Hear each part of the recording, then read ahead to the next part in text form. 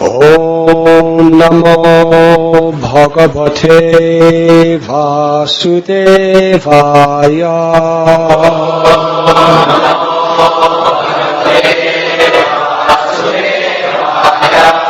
Udvigna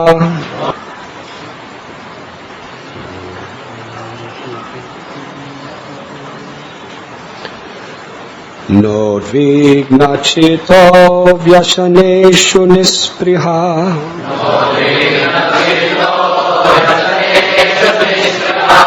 Sruteshu Dristeshu Guneshva Vastudrik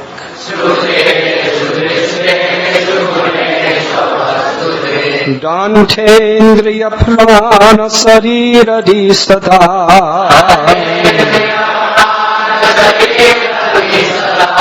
Prashanta Kamo Ratitha Suro Suraha.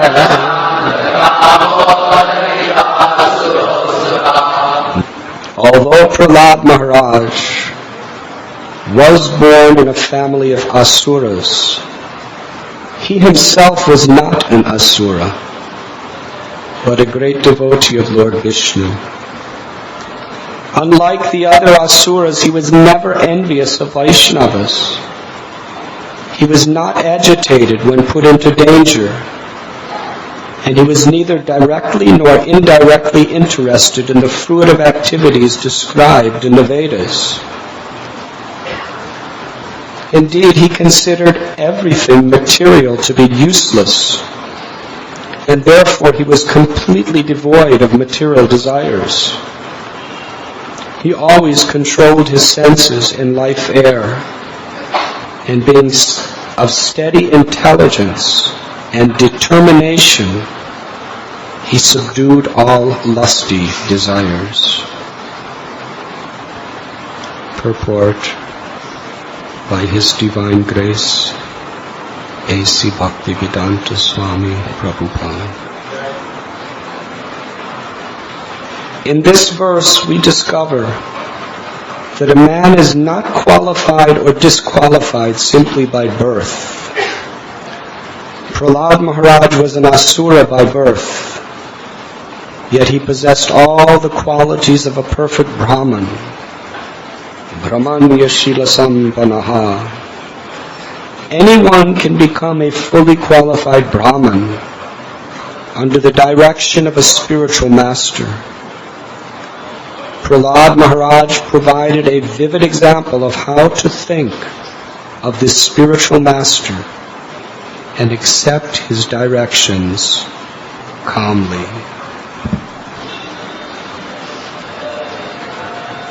Although Prahlad Maharaj was born in a family of Asuras, he himself was not an Asura, but a great devotee of Lord Vishnu. Unlike the other Asuras, he was never envious of Vaishnavas. He was not agitated when he was put into danger, and he was neither directly nor indirectly interested in the fruitive activities described in the Vedas. Indeed, he considered everything material to be useless, and therefore he completely was devoid of material desires. He always controlled his senses and life air, and being of steady intelligence and determination, he subdued all lusty desires.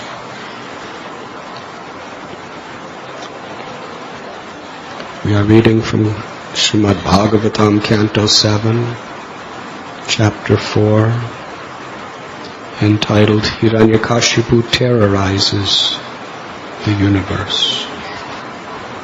Text 33.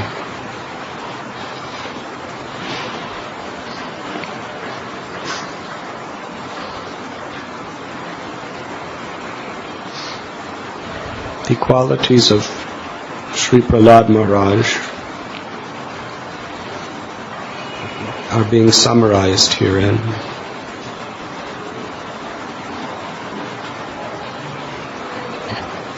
And by studying them carefully, we can truly understand what is a Vaishnava.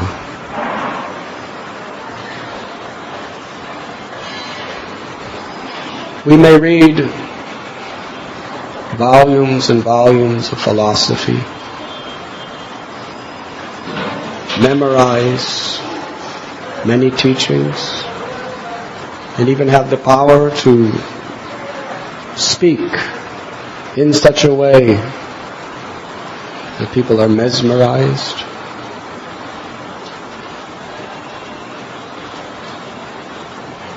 But all of that may not bring the fruit of what actually pleases Krishna.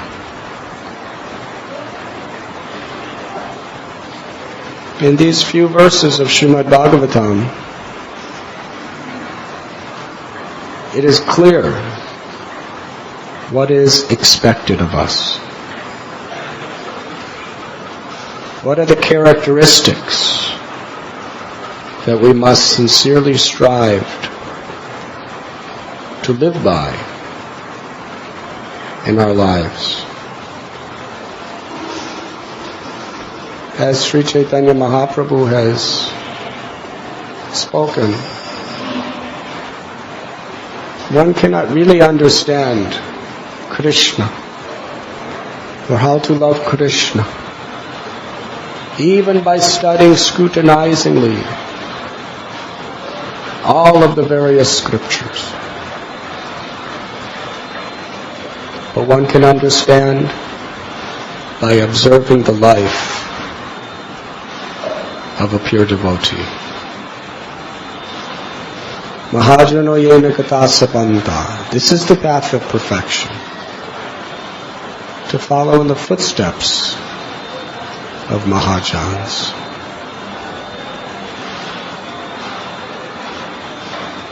Because this is the culmination, the essence of philosophy.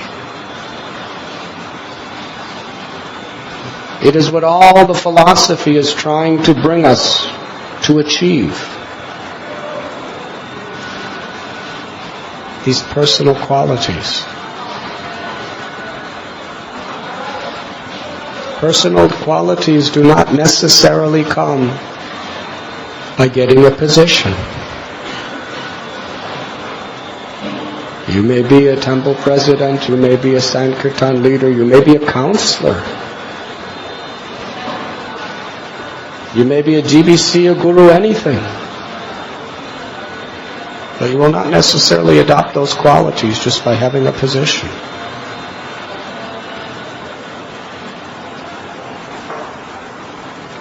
And it is these qualities that attract Krishna. It is these characteristics that actually please Krishna.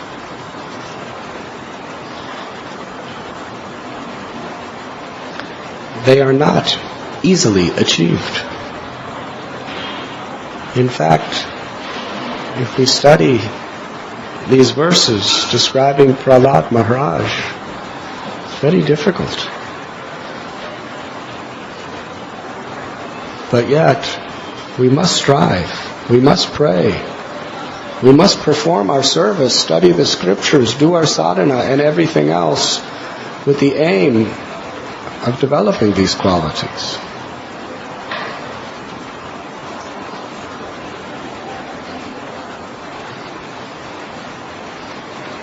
Narada Muni tells the qualities of Prahlad.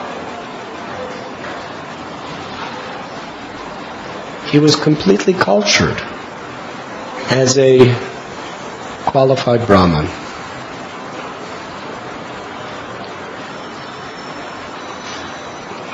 Srila Prabhupada has told us that this movement is especially meant to create a class of true Brahmins.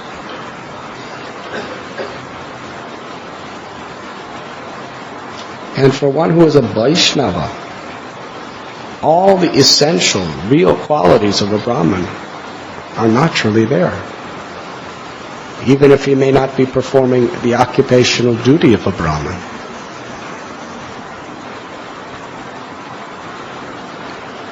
Having very good character and being determined to understand the absolute truth.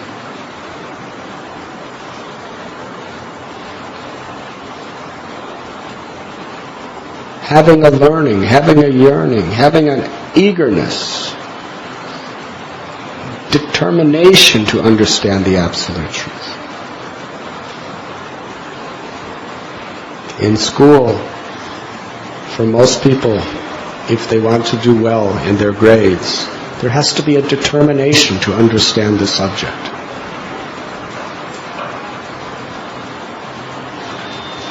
When we read the books, when we come to the classes, it should not just be because we're supposed to. It should not simply be for social purposes. It should not be to catch extra rest.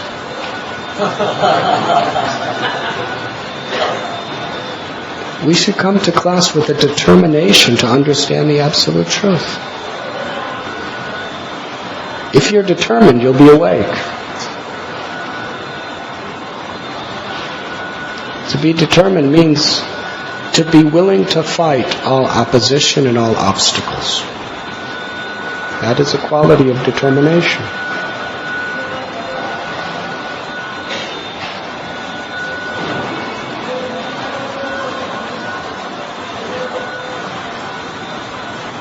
He had full control of senses and mind.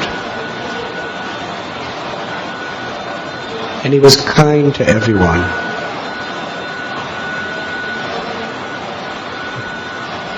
It explains his relationships with others.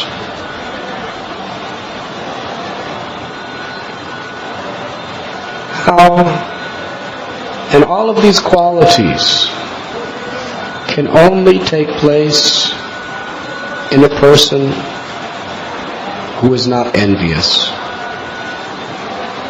or at least at the beginning stages not acting according to the influences of envy that may be lurking within our hearts.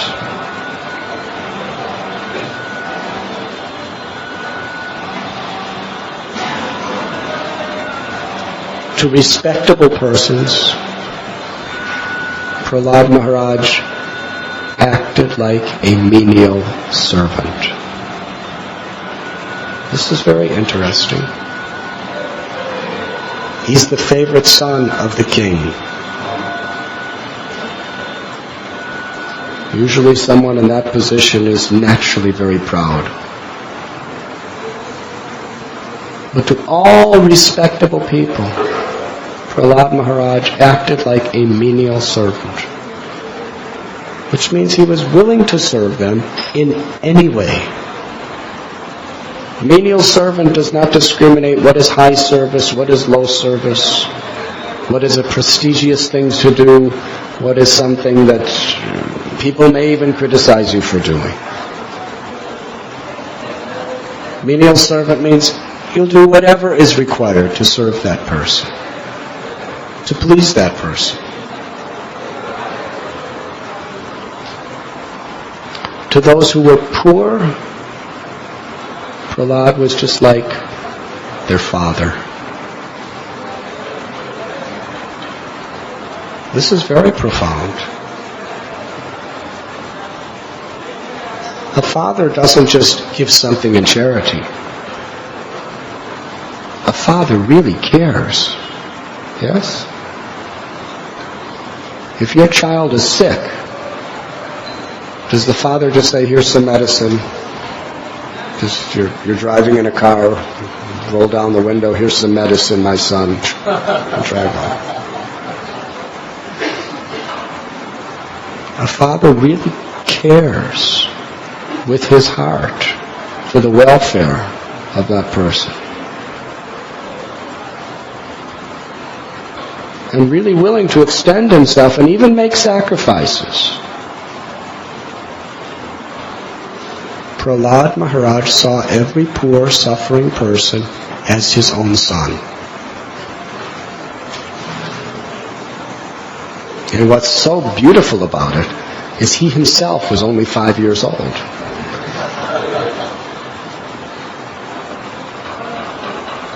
This was the standard of his devotion.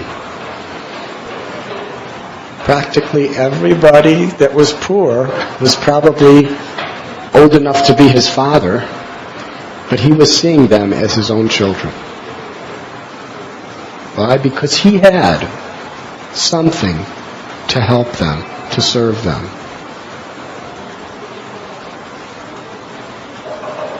It's not just about money. It's about respect also. We read about Srila Prabhupada when he was living in the Bowery, Skid Row, ghetto of Manhattan Island.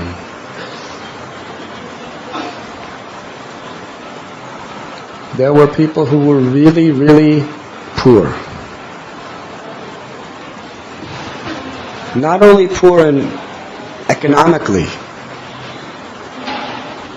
but poor in every sense of morality.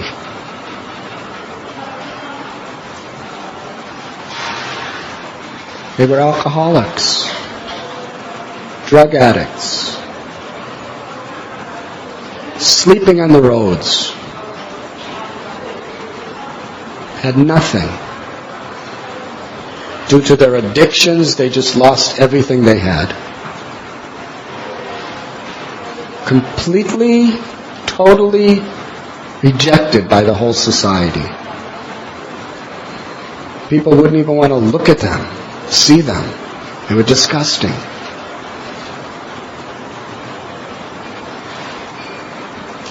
Srila Prabhupada had less money than they did. Yes? He had practically nothing. But yet, he was intoxicated with Krishna's love. He would walk amongst them. He always showed respect for them. He always showed honor for them.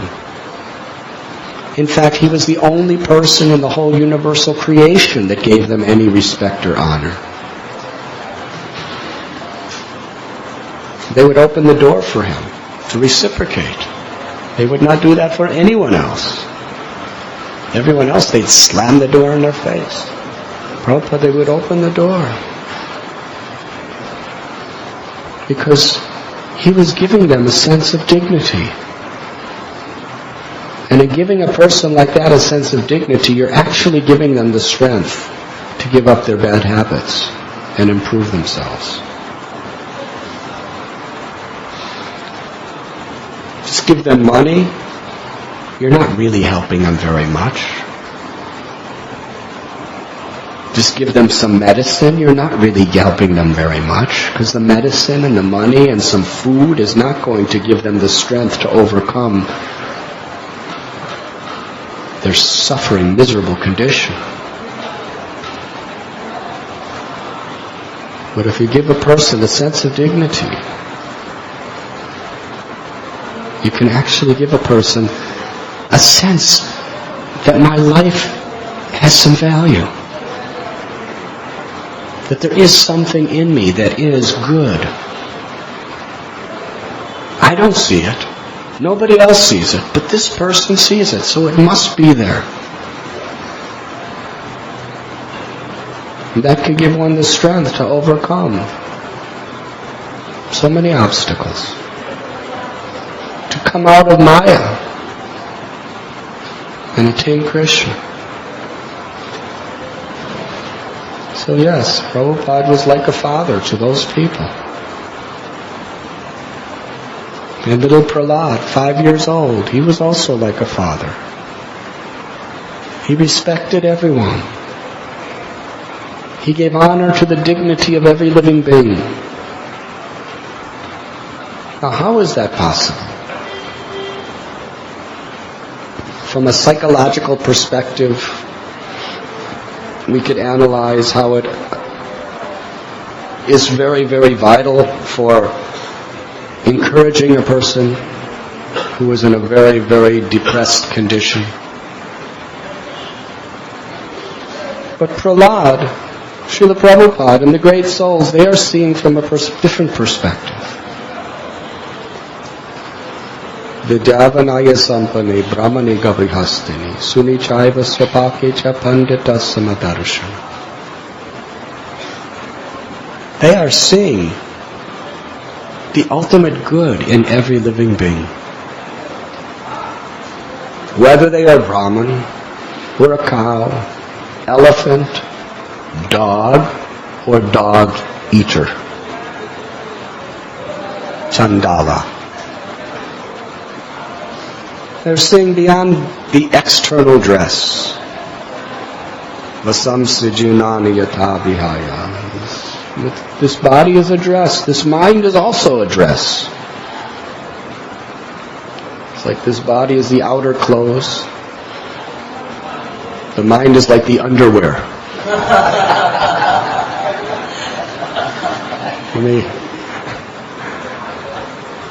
But the soul is the person.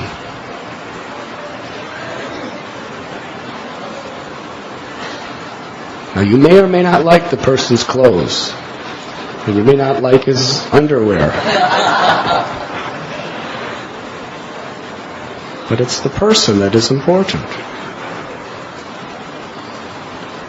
And every living being, who, whatever their designation may be, whatever clothes they may be dressing, they're a part of God. They're Satchidananda, they're eternal, full of knowledge, full of bliss. They're our brothers, they're our sisters. Ham bija pratapita. Krishna is the Father, where everyone is our brother and sister. Everyone's pure. There's love of God there everywhere. If someone sees that in you, sees godliness in you, sees purity in you, sees divine love in you,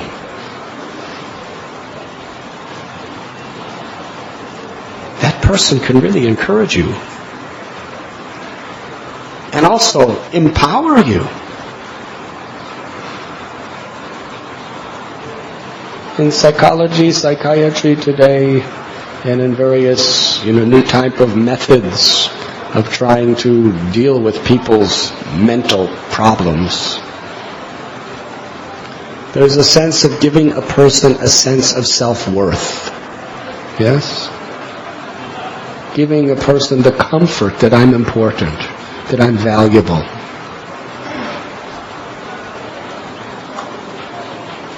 Because in this world of Kali Yuga, there are so many situations that could really be depressive to a person's mind.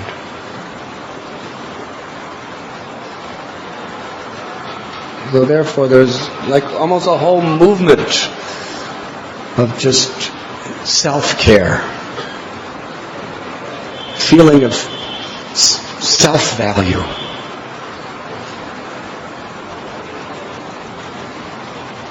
But when that is only on the material plane, it can make you feel better, maybe, temporarily. But it can also inflate your false ego and give you a really illusory sense of your value.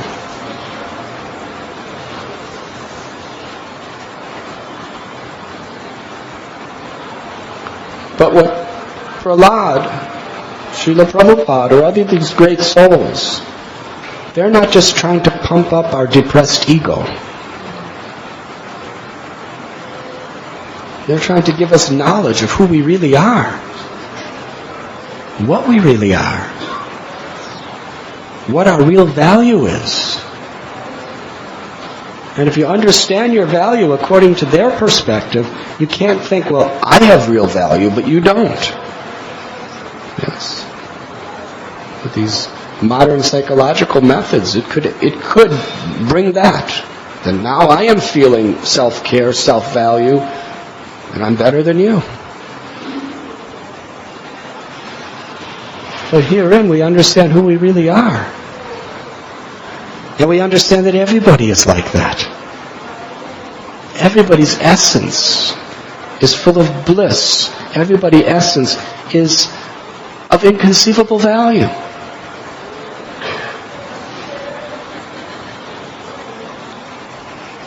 Sometimes Srila Prabhupada compares the Vibhinamsa, the soul, which is just an infinitesimal little part of Krishna, who is Vibhu, who is unlimited, to a spark. Krishna is like the sun, and the jivas are sometimes compared to little sparks or rays of the sun. Now, from the perspective of a spark, what is the significance of a spark? Hare Krishna. They're so tiny, so small, anu, very, very little. They can't illuminate very much. The farther the spark is away from the fire, the less it glows, the less value it has. But when that spark comes closer and closer and closer and closer to the lotus feet of Srimati Radharani, who is the source of all love, of all devotion, then that spark glows brighter and brighter and brighter. And when that spark is very, very close to Shri Radha Gopinath, it can generate light that could illuminate an entire world and an entire universe. That little infinitesimal spark.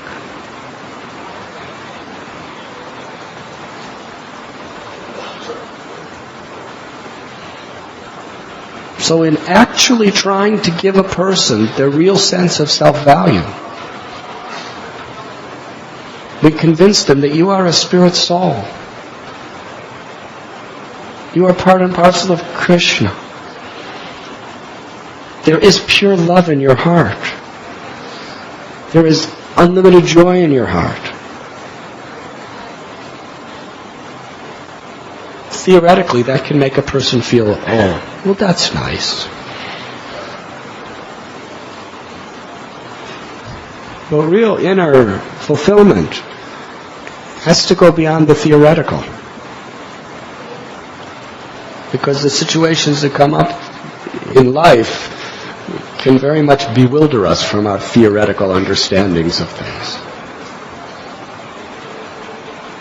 But if we convince people of this concept of truth, and then bring them closer and closer and closer to the lotus feet of Sri Radha Gopinath, then their real sense of that little infinitesimal soul starts glowing brighter and brighter and brighter. Its divine qualities, its divine virtues become more and more manifested.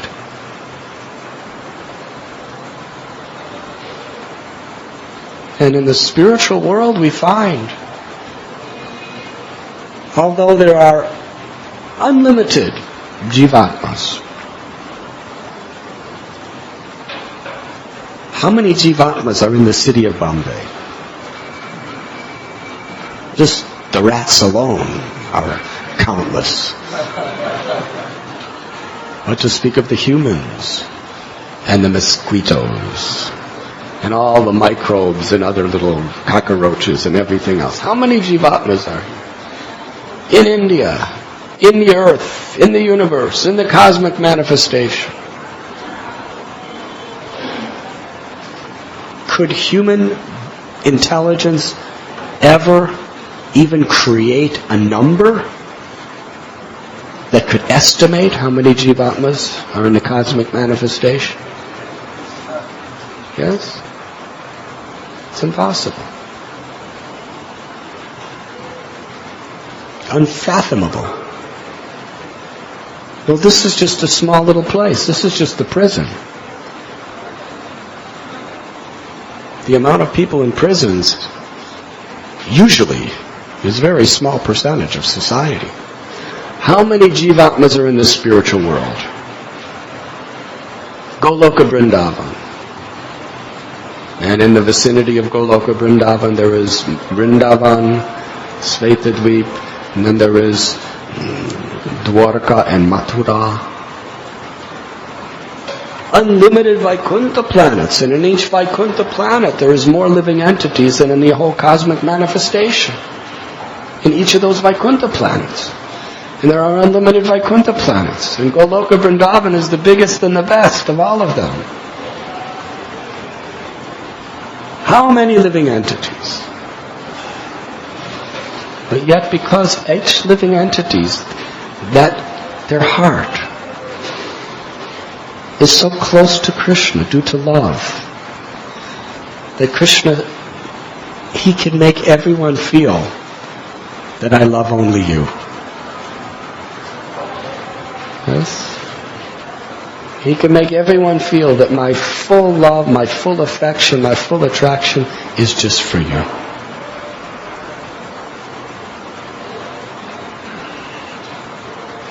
And that doesn't give you a superior complex over others. If you see Krishna loving someone else, it doesn't make you envious. Why nobody is envious when they see Krishna loving someone else more? Because they're so totally satisfied by Krishna's love for me. And therefore, the more they see Krishna loving someone else, the more it thrills them, gives them happiness.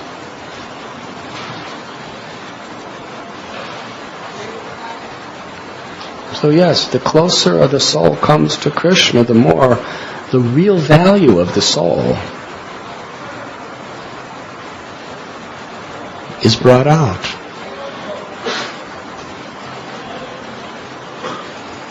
So a real father who is trying to help the poor is not only giving them some physical symptomatic relief,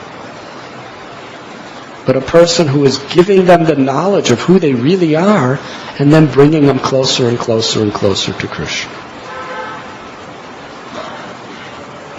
Therefore, Lord Chaitanya Mahaprabhu has given an instruction to all you people from India. Bharata bhumite hoila manusya janmajar, janma sarataka kara kara paru upakar. That we should all perform the highest welfare work for human society. And what is that highest welfare work? To bring people closer to Krishna. To feed people, to nourish people on the spiritual platform. And our physical welfare work and our emotional welfare work is always connected to the needs of the soul. That is para upakar. People are hungry. Give them food. They're hungry again. Give them prasad. They'll be hungry again. But in the process of eating that food, you have brought them a little closer to Krishna. You have awakened the soul to its true glory. Hospitalization. Prabhupada in so many words said, we are not interested in hospitals. That is just philanthropy. But if you can give a person medicine, heal a person's sickness, but at the same time put them in an environment where their souls are being awakened, where they're coming close, where that little, that practically burnt out little tiny spark that's just laying in the dry sand, and it's practically, there's no light at all in it. If you can somehow or other bring it closer, closer, closer to the lotus feet of Radha and Krishna, then that type of philanthropy is para upakar.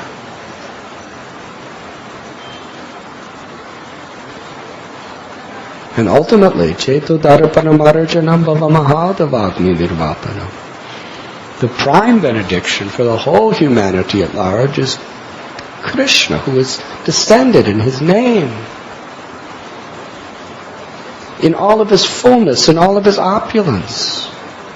Krishna has manifested in his name. So therefore the greatest charity that we can possibly offer to another, with real care, with real love, is to bring people closer to Krishna by inducing them to take shelter of the holy name. Hare Krishna, Radha and Krishna. We could be close to Krishna in every situation and allow that little soul in our heart to blaze with love, with all good qualities. And the holy name is a method by which we could remain close to Krishna in every situation, everywhere, at all times. Therefore it is the prime benediction. Radha and Krishna are their names. So this was Prahlad Maharaj. Even though he was a little 5-year-old boy, he cared and loved for the poor like his own father. And it wasn't only the poor in wealth. That is included. But it was the poor in heart. Of course, in the Bible, Jesus said, blessed are the poor in heart. But what he's speaking about, poor in heart, means those who have humble hearts. Those who realize that nothing is mine. Everything is the property of God. The more we realize that, the more we are eager to come closer to God.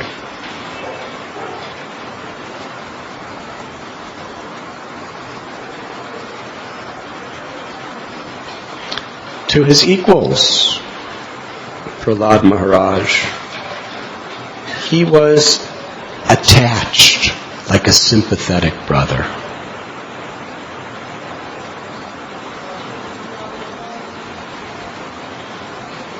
That means to other Vaishnavas who are equal.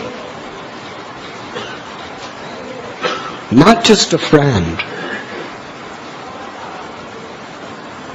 We should have friendships with our God brothers, our God sisters in this way. Friendship. But what is the spirit of this friendship? There was attachment to them. Like a sympathetic brother. If someone is your brother, and you're sympathetic means you really care about that person. Deep down, to the core of your heart, you really care about that person.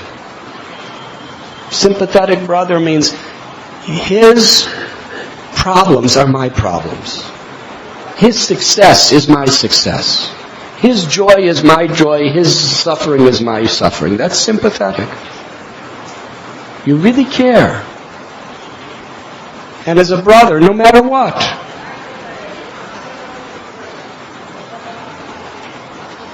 sympathetic brother. And developing attachment on that level. Mayavadis, they sometimes are against any type of attachment. And sometimes devotees also, because we read so much about vairagya, detachment, that we get this idea that we should be detached from everything, from everyone. But in Vaishnava society, we find here, Prahlad, he is attached to his equals. But he's not attached to exploiting them. He's not attached to them for his sense gratification. He's attached to them because he knows They are his brothers, his sisters. They are Krishna's children. And he's attached to serving them. He's attached to serving them with love. That is how we should try to cultivate relationships with all of our peers. An attachment to serving them with love. Rupa Goswami explains the 6 loving exchanges.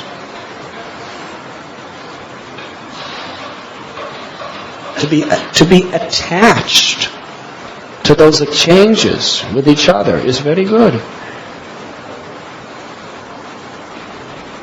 It's the symptoms of a Mahajan.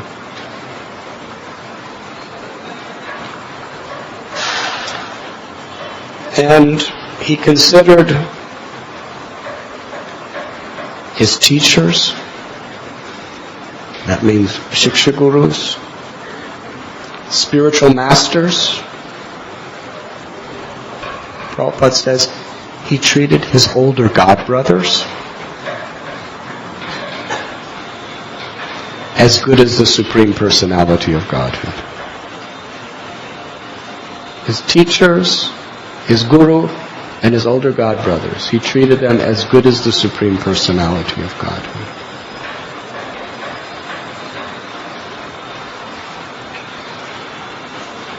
And how was he able to do this? He was completely free from unnatural pride. Why doesn't it just say completely free of pride? Why unnatural pride? Because in spiritual life there's pride. But it's natural pride. Natural means based on truth. To be proud of Krishna is natural pride. To be proud of other Vaishnavas for the good things they do, because they know they're being empowered by Krishna, is natural pride. If you're proud of Krishna, will you not spontaneously be proud of anything Krishna does through someone else?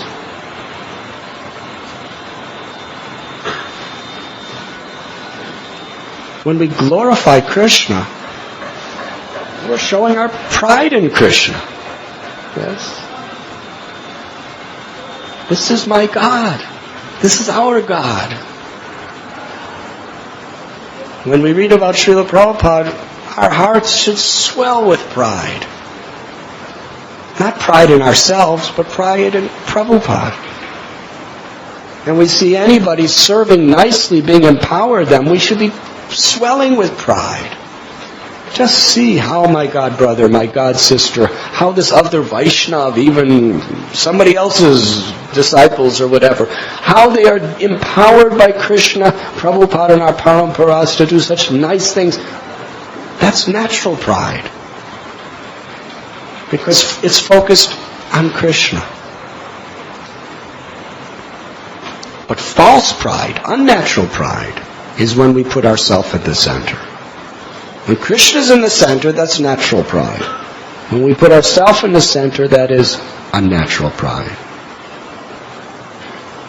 Natural pride in Krishna, in Guru, in Vaishnavas, unifies us.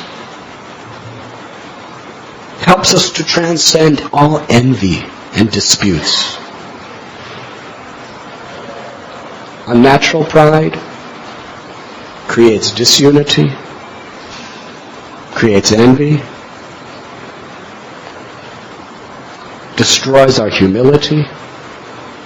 Natural pride increases our humility. When our pride is with Krishna and others in the center, it makes us humble. When our pride is with ourselves in the center, it makes us egotistic, arrogant.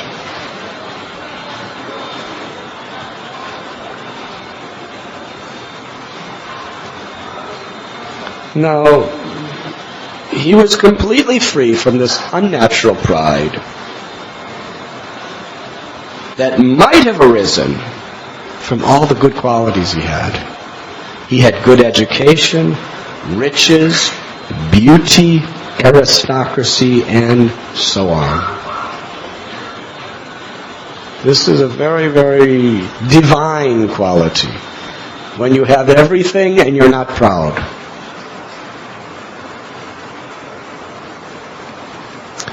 Even a beggar who has nothing is proud. The mind will think of something to be proud of. If you're laying on the side of the sewage ditch with others, and a rat comes up, you see the rat's like me better than you. Your mind will think of something to be proud of. It has to. But here, when we find somebody who's wealthy, what happens when you're wealthy? So much power you get from your wealth. And so many people look up to you and ask favors and depend on you because of your wealth. Good education. Very learned, very adept mind to find solutions very quickly, to be able to cite different books, different histories, different equations, whatever it may be. Aristocracy. Beauty. Prahlad was very beautiful. He was so charming. He just attracted everybody by his little beauty. Did everything. But he had no unnatural pride. Why? If you put yourself in the center, then you have to be proud of all those things. But if you put Krishna in the center, then you understand. Krishna tells in Gita, whatever opulences are anywhere in this world, in anyone, it is only a spark of my splendor. Punarmushtaka bhava. Krishna can make you a lion, Krishna can make you a mouse. Nothing to be proud of. God is great. And Srimad Bhagavatam tells how great is God.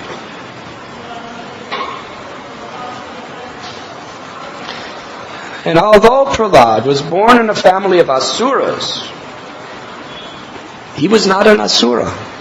He was a great devotee. And here is a very key sentence that may cause us to tremble. Unlike the other asuras, this is very, very strong language. I don't want to offend you, but these are the words of Prabhupada. These are the words of Sutta Goswami. These are the words of Sukadev Goswami. These are the words of Narada Muni.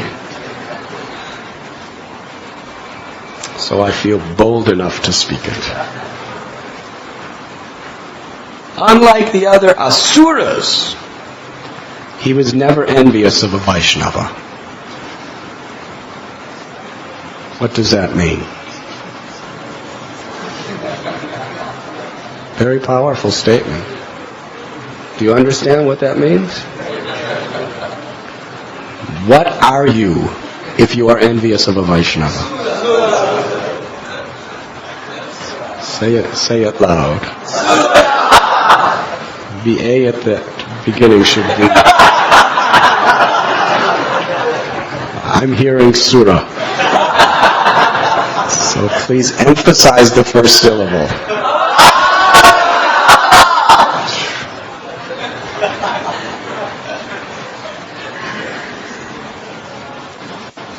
According to Srimad Bhagavatam, if you're envious of Vaishnavas, you are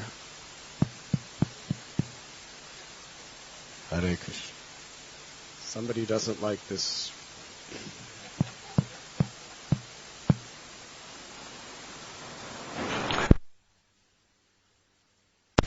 Krishna Krishna Hare Hare Hare Krishna Hare Krishna Hare Hare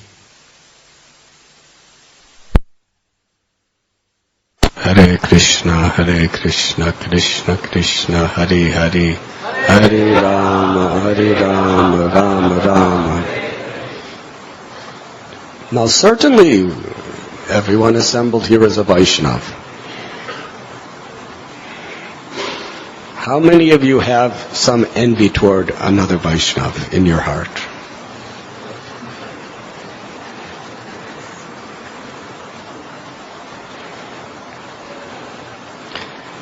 You may be a Vaishnava. Now everybody raise their hands.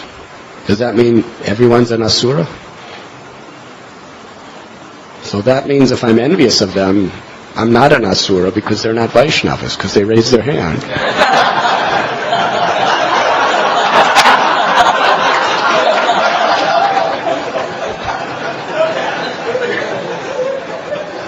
This is the way the mind justifies things.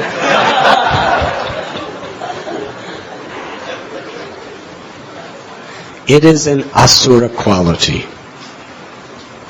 That envy is an Asura quality. And if these anarthas, especially the anartha of envy, or lust, anger, pride, greed, illusion, they are also like sparks. If we are not very, very careful to monitor them, to control them, to subdue them, and that takes effort,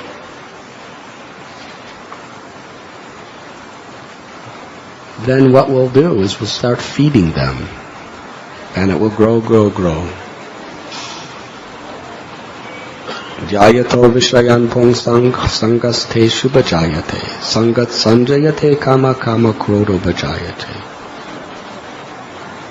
At the beginning we contemplate the objects of the senses. We may contemplate envy. We may contemplate greed or pride. Any of these things. From such contemplation, attachment develops. From attachment, if we don't curb it, if we don't monitor that spark, because now it's growing into a flame, it becomes lust.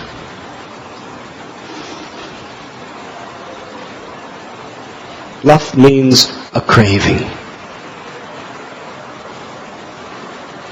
Now we could identify this just as the physical lust. But on a subtle level, all these things are lust. Greed is a type of lust, is it not? Greed is lust for money. Envy is lust to hurt somebody. Pride is a lust for prestige and distinction.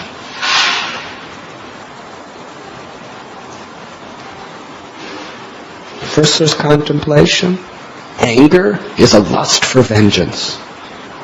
Yes? Lust. And then the flame's getting bigger. The warning signals are becoming stronger. We have to do something about this. But if we keep feeding it, lust becomes frustrated into anger. Anger is stirring in our heart. Are we going to do something about it? Are we going to subdue it? Are we going to divert that energy in a positive spiritual way? If not, anger bewilders the memory. That means all the hundreds and hundreds of Srimad Bhagavatam classes where we learn all nice things, and all the times we've read the scriptures and all the prayers we've offered. Bewildering to memory means at that moment we forget it all. It's just not there. When memory is bewildered, intelligence is lost. We do things we know we're not supposed to do, but in that moment, our intelligence just cannot discriminate. And then we fall down again into the material pool. It's due to neglect. Tani saravani samyamya yukta asita matpara. Vasehi yasyandriyani tasya pragya pratishtata. The solution, we must restrain our senses. But simultaneously we must fix our consciousness on Krishna. We can't just restrain our senses. We just can't say no, no, no, no, no. We must say no, but we must divert our attention toward Krishna. Keep ourselves busy in Krishna consciousness. Idle mind is devil's workshop. When Maya attacks in this way, at the very beginning, at the time of contemplation, and as it grows, we should just start reading from Prabhupada's books, or start doing some active service to occupy our mind or senses, or most of all, connect ourselves back to Krishna. Fill our minds with His holy names. Hare Krishna, Hare Krishna, Krishna Krishna, Hare Hare.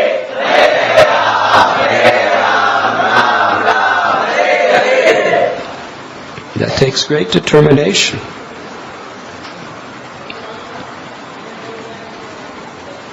Unlike the other asuras, he was never envious of Vaishnavas. So when that envy comes into our heart toward another Vaishnava, we should not feed it by contemplating, oh yes, yes, and start the mind just thinking of more and more and more faults of that Vaishnava. What to speak of, speak against that Vaishnava. Or do something.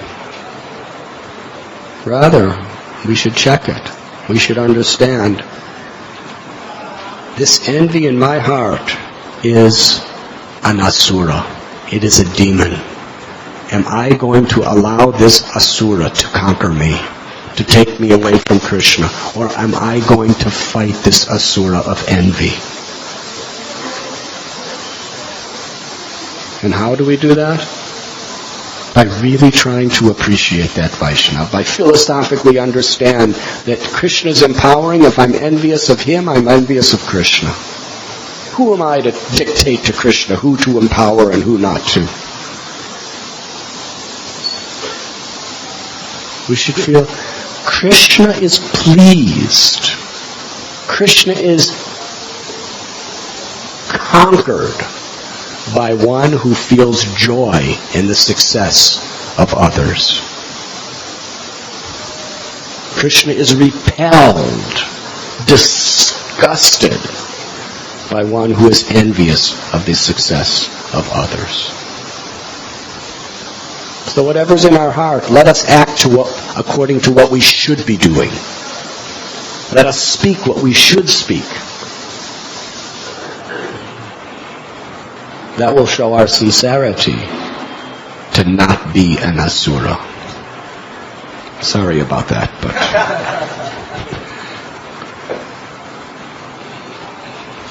He was not agitated when he was in danger, because he had faith in Krishna. He considered everything material to be useless. Now this is very interesting, because he was 5 years old, but later on he was made the king. And kings have to deal with a lot of materialistic things. He was ruling his whole race. Yes? He had crown. And in fact, Lord Brahma put crown on him. Yes? He set him on throne and palaces and everything else.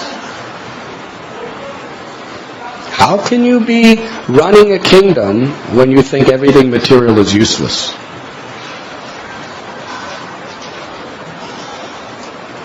Because he was seeing useless from the perspective of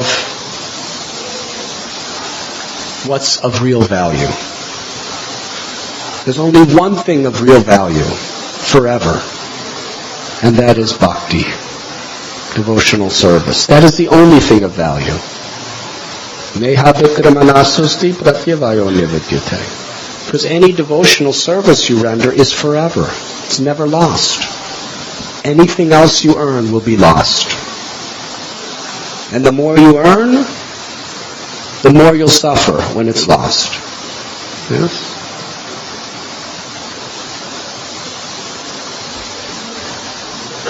While I was in the airplane yesterday, I saw news.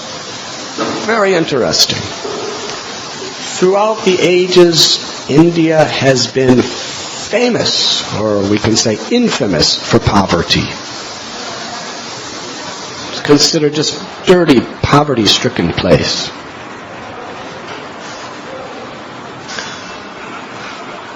Of the billionaires in the world, in the top 10, there are more billionaires in the top 10 of the world in India than anywhere else in the world. America had 2 billionaires in the top 10. India had 4. And America was second place. That means India had twice as many billionaires than any other country in the world, as far as the 10 richest men in the world. Hare Krishna. And most of them live in Bombay.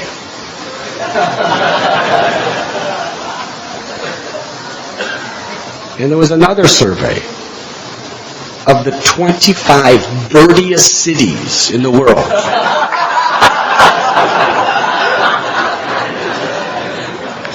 Bombay was number 7. Now, how many of you think that Bombay is cleaner than Delhi?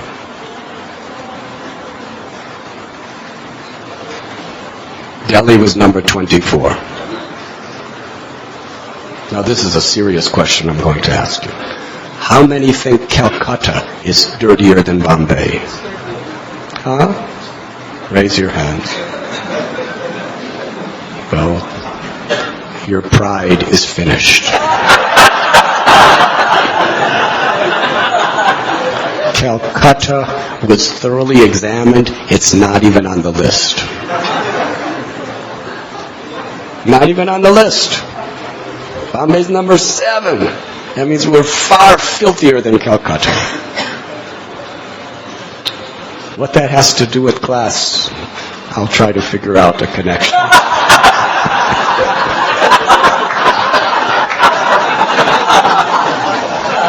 But it was an interesting statistic.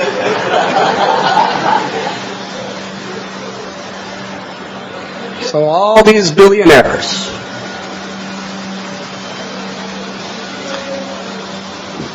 Prahlad Maharaj is saying everything material is useless. Because they'll lose it, either in this life or in death. And all those millions, in and of itself, could do nothing for the soul of anyone.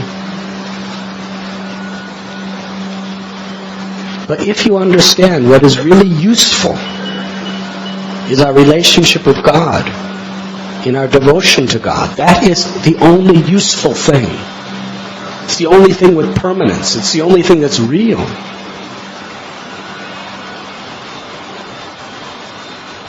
Then yukta vairagya. Then we could use all of those things in a useful way because we're using them in devotion, in devotional service. Millions of dollars, billions of dollars, quadrillions of dollars, trillions of dollars, everything could be used in Krishna service, and when it's used for the proper purpose with the right consciousness, then the thing itself is very useful. Material and spiritual. Everything in this world, Rupa Goswami describes, is spiritual by nature. Om Purnamada Purnamidam. Everything is coming from Krishna. Krishna is spiritual. How can darkness come out of the sun? Only when you turn away from the sun is there darkness. So everything is Krishna's energy. And if you use Krishna, if you're looking toward Krishna and using Krishna's energy for Krishna's pleasure, then everything is spiritual. When we use things looking into the darkness of the shadow, then everything is material. So for Prahlad Maharaj, everything material was useless. That means anything separated from Krishna is useless. And therefore he could use the whole kingdom and all the resources of the kingdom in useful ways because it was in the service of God. And what is the greatest service of God we can perform in this world? To bring the spirit souls closer to God. That is God's mission in this world. In the Srimad Bhagavatam, 3rd canto, it is described that the whole purpose of material existence is to facilitate the conditioned souls to go back home, back to Godhead.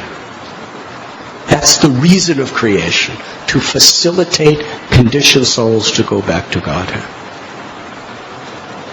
And all the sufferings and all the heavens and all the hells and all the dualities and all the three modes and everything else is all just those facilities. Somehow or other, it's what conditioned souls need to go through to make that wise choice of going back home, back to Godhead.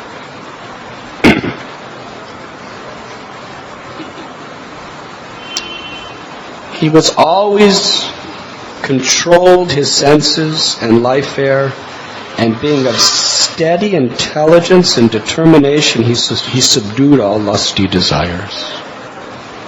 This is the way to subdue lusty desires. We must, first of all, have steady intelligence. That comes by hearing regularly. Sravanam Kirtanam Vishnu. The first process of bhakti is Sravanam, hearing. Hearing Harikatha. Not hearing newspapers and all these other things. We may get some information that we could use in Krishna's service for those purposes. But we shouldn't enjoy them. Yes? We should enjoy, we should take inspiration in hearing about Krishna, hearing the philosophy of bhakti. And by nasta prayeshu bhadreshu nityam bhagavati sevaya, by hearing regularly, our intelligence is steady. But then with that steady intelligence, determination is required. To practice it, no matter what. Even in the face, or even when being confronted by temptation, danger, threat, we should be determined. Determined to be steady in our intelligence, to make the right choices. Recently in Mayapur, our godbrother Anutama Prabhu defined the meaning of responsibility.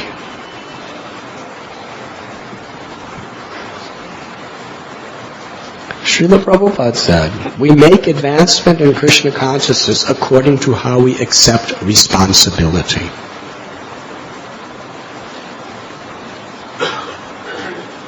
So this is a very important word. We make advancement in Krishna consciousness according to how we accept responsibility. But how can you accept something if you do not know what it means? How many of us really know what responsibility means? He gave a very nice explanation.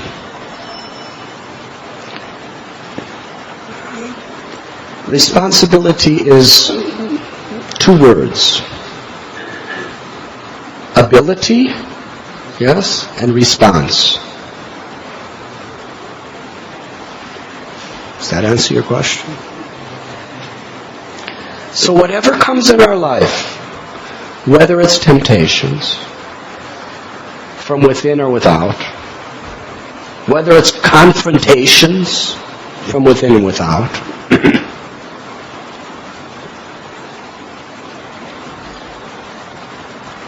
how we respond is what will either elevate us or degrade us. Responsibility means our ability to respond in every possible situation in Krishna consciousness is how we make progress. The choice that we make in every provocative condition that may come in our life. Oftentimes in lectures of marriage, we say that don't worry about love, because you don't know what love is, especially when it's between a man and woman. That's the most bewildering misconception of love, usually. Yes? Because it's based on physical features, it's based on personality traits, it's based on maybe theoretical astrological compatibilities. It's not about love. It may be about attraction. But that attraction is very much emotional and physical. And what happens with emotional, physical attractions? How long do they last? They may last a few hours. They may last a few days or maybe a few years. But then, familiarity breeds contempt. And soon, the attraction is gone. The thrill of our relationship, that thrill, it's gone. Forever. But I start feeling some thrills coming from somebody else now.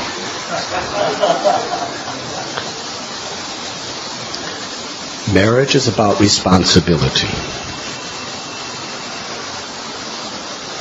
Love, affection, attraction, it may be there, it may not be there. Don't worry about it.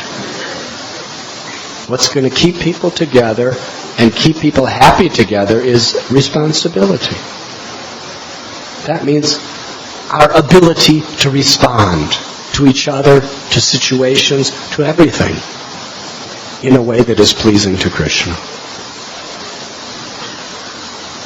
Living in brahmachari life. The amazing thing is I see as much love between the brahmacharis as I see husbands and wives, sometimes even more. Not physical, sexual, amorous, or any of those things, but a sense of real responsibility. We have responsibility to each other.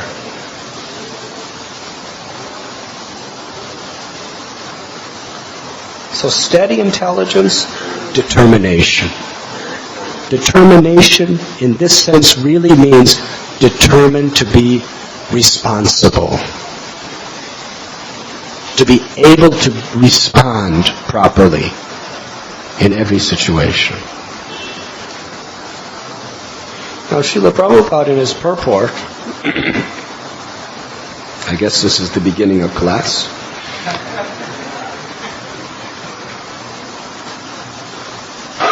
he is saying that a person is not qualified or disqualified simply by birth. It's a matter of how one takes these responsibilities. To live by divine characteristics. Prahlad Maharaj was born in a family of asuras. But yet, he possessed the qualities of a perfect Brahman. And anyone can become a fully qualified Brahman under the direction of a spiritual master. Prahlad Maharaj provided a vivid example of how to think of the spiritual master and accept his directions calmly. This is the key that opens the door to the spiritual world. All of these virtues and divine qualities of Prahlad Maharaj are all built on the foundation of his accepting the directions of his spiritual master. Yes. And if we study DNA and genes and all these things, coming from the semen of Hiranyakashipu is a very dangerous situation. And all the demigods are greater scientists than anyone on this earth.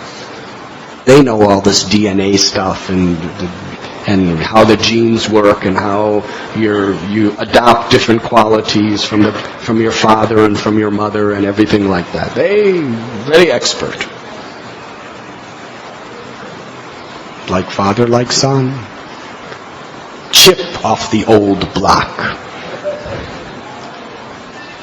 So they're dealing with Hiranyakashipu. And here comes another one. So they Hiranyakashipu, they couldn't do anything when Hiranyakashipu was present because he was too powerful. So when he was away, like espionage, when he was away, they came and stole his wife. Kept her in the prison of their control, with the sole aim to murder the child when it was born. Yes? Narada Muni came, said, actually this child will be a great Mahabhagavat. They trusted him. Narada Muni preached to the mother and the embryo.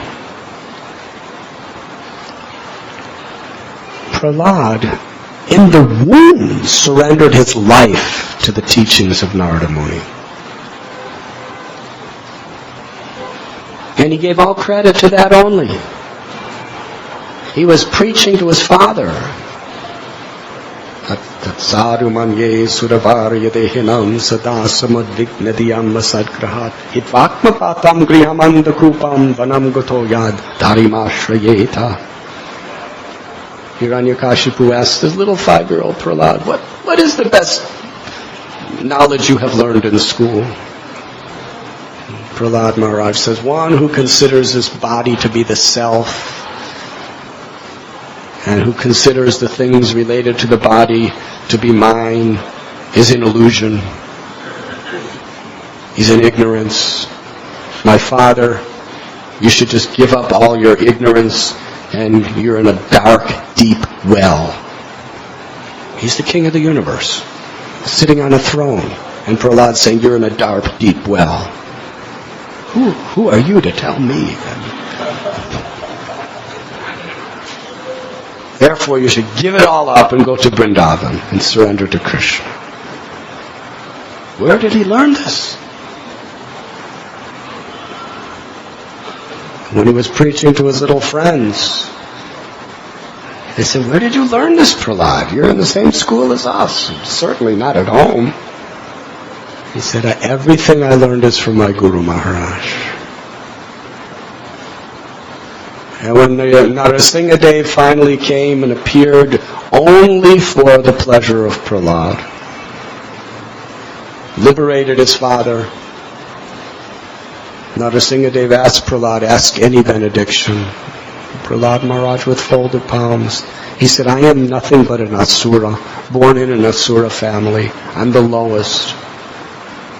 But due to the mercy of my Guru Maharaj, Narada Muni, that is my only qualification. So Prahlad Maharaj, under all circumstances, responsible. He responded to blasphemy. He responded to the temptations of being the king of the universe. He responded to dangers of being thrown in the ocean and thrown in fire and thrown under the feet of stampeding elephants, thrown into pits of venomous snakes. Any one of us, we just see a little snake. We don't even know if it's envious. And we run away. He was thrown into a pit of venomous snakes. How did he respond? By taking shelter of the directions of his spiritual master. That's all. He had that determination.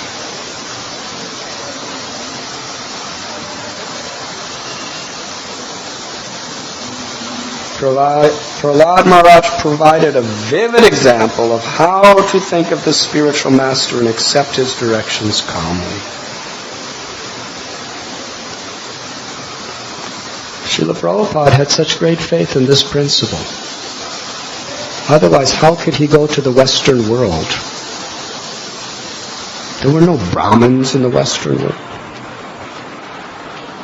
How could he give Brahminical initiation, even though he was condemned and even had death threats from people in India? Because he had complete faith that if one simply accepts the directions of the spiritual master, one is truly a Brahmin. One is a Vaishnava, greater than a Brahmin. That was the main thing that Bhakti Siddhanta Saraswati Thakur, he was not allowed in the temples of Vrindavan. They locked the doors with his disciples. He had death threats. In Navadvip, he was stoned by people who wanted to kill him, ridiculed, blasphemed. Why? For one reason. Because he was giving Brahminical initiation to people who were of lower caste. Why did he risk so much to do that? Why did Prabhupada and Bhakti Siddhanta Saraswati Prabhupada endure so much persecution for that? Because it is the truth. Chaitanya Mahaprabhu, Advaita Acharya, they gave the most exalted position to Haridas Thakur, who was an outcast. Narottam Das Thakur was also death threats and all sorts of blasphemy because he was Kayashta, which was considered a Shudra by many, and he was giving initiation to Brahmins.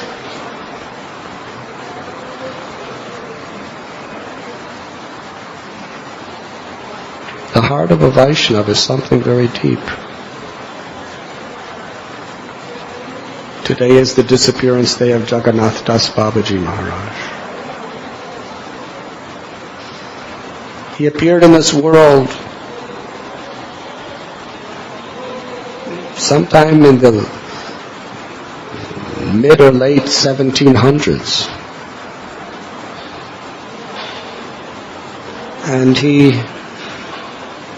And that was in Bangladesh. After he became a Babaji, he would spend half the year in Vrindavan. He lived actually many years in Vrindavan, and then later on he would sometimes be half the year Vrindavan, half the year Navadvip.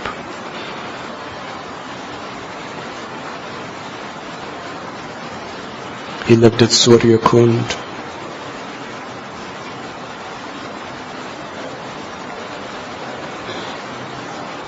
Many beautiful stories.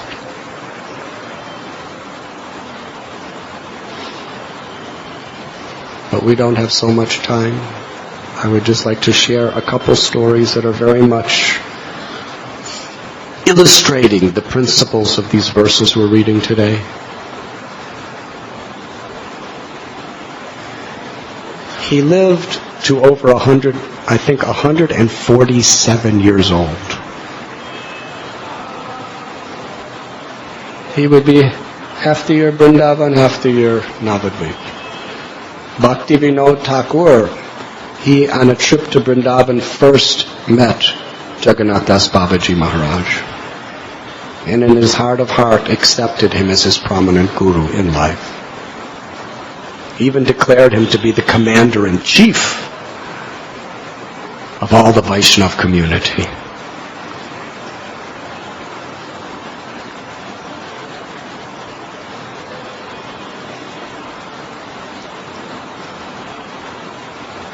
When Jagannath Das Babaji was later living in Bengal, place I think Amalgarh, Bhakti Vinod Thakur went to visit him there and deepened the quality of their association. Bhakti Vinod Thakur invited him to come to Navadvip. He was living in Kulia area. He was very old. He had a servant named Bihari. And Bihari was very strong. He would carry Jagannath Das Babaji in a basket on his shoulder. And when they were going from Amalgarh to Navadvip, Bihari Lal arranged for a simple but nice guest house for him to stay in. When they arrived, Jagannath Das Babaji Maharaj said, "I will not stay in a guest house. Let us live under a tree near the bank of the Ganges." So he was living under a tree. Bhakti Vinod Thakur built him a nice bhajan kutir right there near that tree. It was built by Bhakti Vinod Thakur. And then some other wealthy people, they built some other little huts close by for his disciples, other Babajis, to live. Jagannath Das Babaji would love to go with Bhakti Vinod Thakur from village to village to promote the chanting of the holy names. That's practically all he did day and night, is chant the holy names, japa, kirtan. That was his life, his soul, and serving Vaishnavas.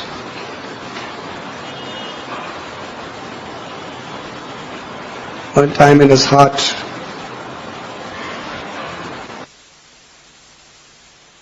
he was doing Madhukari. Hare Krishna, Hare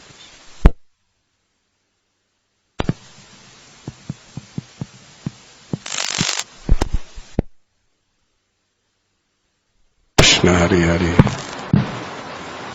Hare Ram, Ram Ram, Hare Hare. Hare Krishna. Hare Krishna, Prabhu, what are you doing? He doesn't know. Okay. So one street sweeper, obviously Shudra caste at the best, a street sweeper gave some roti to Jagannath Das Babaji Maharaj. And he very, very gratefully accepted it and ate it. So other Vaishnavas began to criticize him. What kind of Vaishnava? He's taking cooked food from the hands of a street sweeper? Lower caste? So they went and they challenged Jagannath Das Babaji. Why you have done this? You have taken grains cooked by a street sweeper? Jagannath Das Babaji responded very boldly. He said, there is no higher purification than the dust of Navadvip Dham.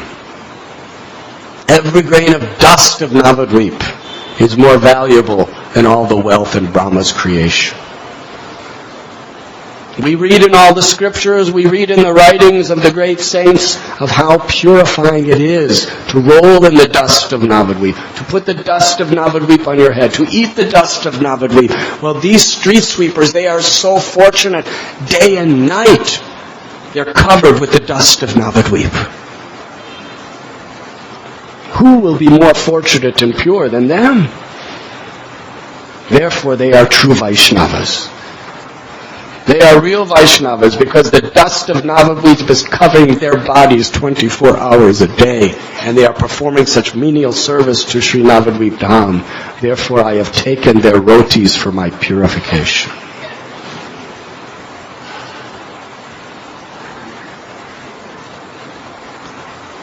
Another time he was eating,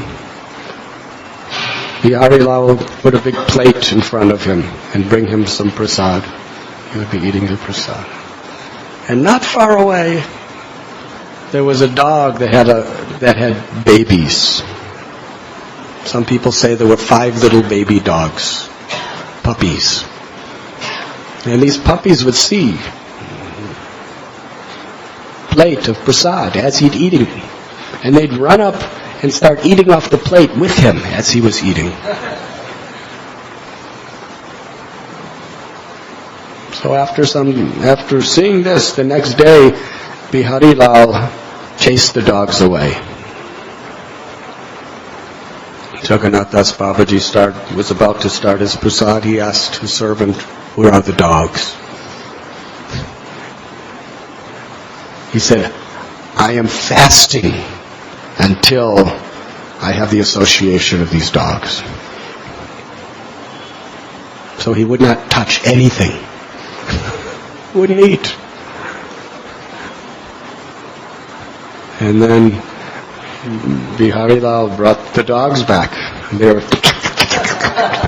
just gathered around in a circle around the plate, and Jagannath Das Babaji was eating very blissfully. And he called out, "These are not ordinary dogs. These are dogs of the holy Dham. All glories to the dogs of the holy Dham of Navadvip."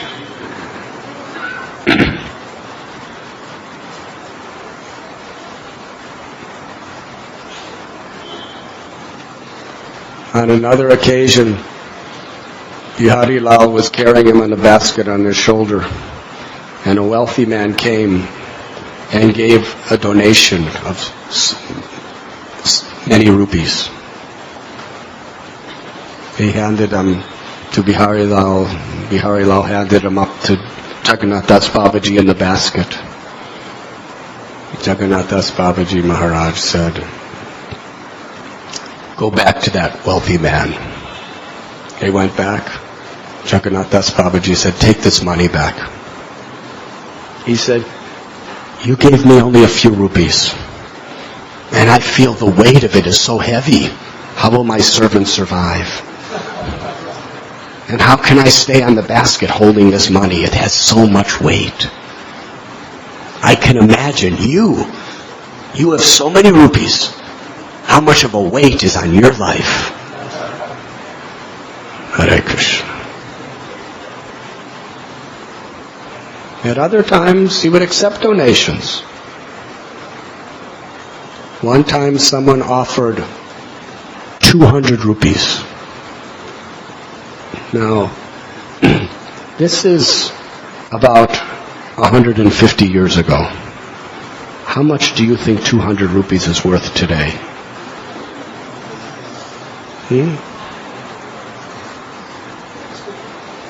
Anyone like to guess? Sachinandan, Satchida. Crores.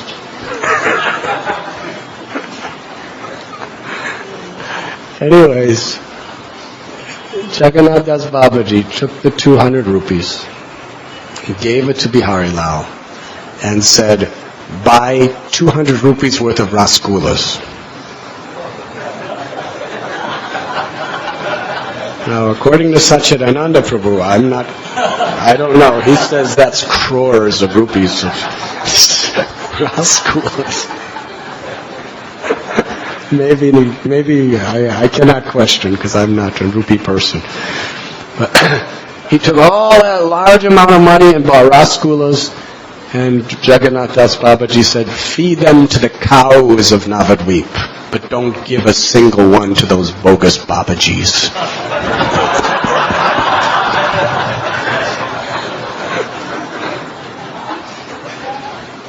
The cows of the holy Dham. And his humility. He's going back and forth.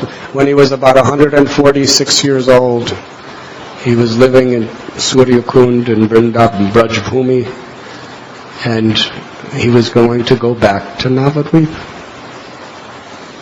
So the Brajabasis and the great Babajis who were there were many great Paramhamsas living there. They were saying, why are you so old? Why are you leaving Vrindavan? How could you leave Vrindavan?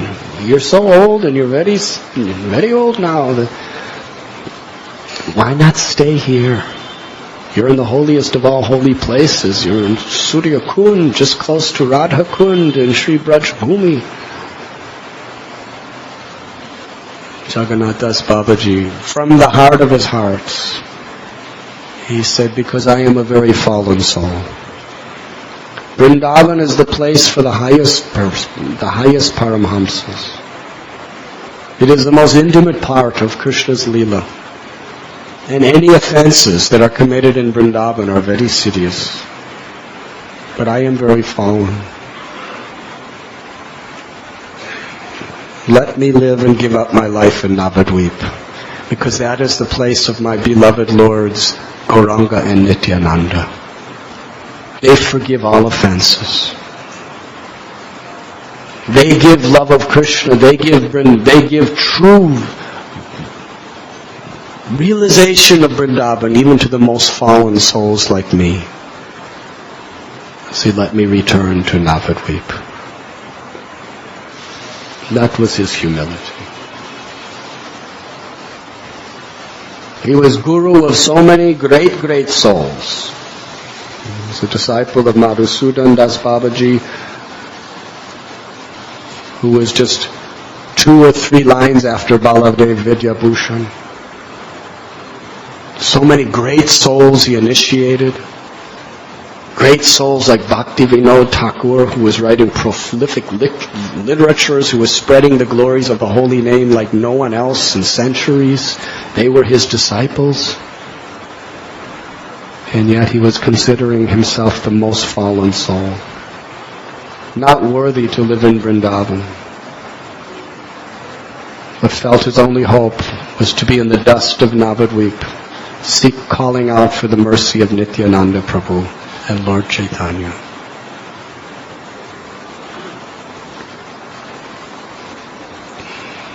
That was his last day in Vrindavan. And of course we know the story. He was so exalted by all the sages and Vaishnavas that when Bhakti Vinod Thakur had that vision of where the true birthplace of Lord Chaitanya was, now this was strongly controversial even to this day. Because in the Kuliagram side of Navadvip, which is now the town of Navadvip, there has been for hundreds of years a place that has been worshipped as the birthplace of Lord Chaitanya. Bhaktivinoda Thakur, from his examination of the scriptures and ancient maps and discussing with very, very elevated divine Paramhamsas, he realized it cannot be the place. Vaishnavas just found that place and created it because they would get pilgrims, they would get money, and so many other things. And or perhaps maybe just so that there would be some focus on Lord Chaitanya's birthplace. But he found the real place was on the other side of the Ganga. He had a vision of light emanating from that place. And he went there and saw all tulsi plants growing. Although it was the property of Muslims, it's just a field. Still, in that place there was only tulsi. Nothing else would grow but tulsi. And from ancient maps, from ancient scriptures, he was convinced this is the place.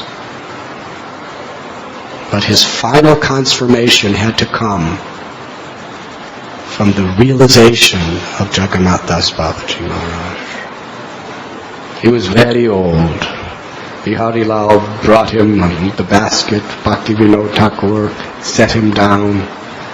Jagannath Das Babaji leaped out of his basket, dancing ecstatically, crying out the holy names of Sachinandan Gaur-Hari. Then Bhaktivinoda understood, yes, this is the place. Jagannath Das Babaji said, with all certainty, this is the appearance place of our beloved Lord, Sri Chaitanya Mahaprabhu.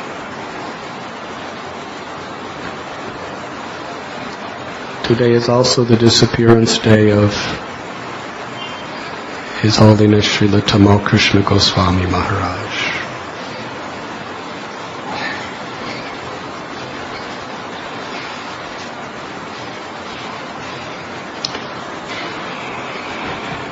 It's already 11 o'clock, and Srimad Bhagavatam is way beyond its boundaries. Should I speak a few words about Tamal Krishna?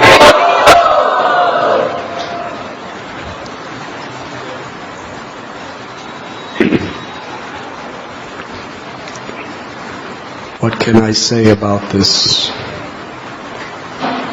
very loving, kind God brother who personally showered me with such immense affection, kindness, encouragement.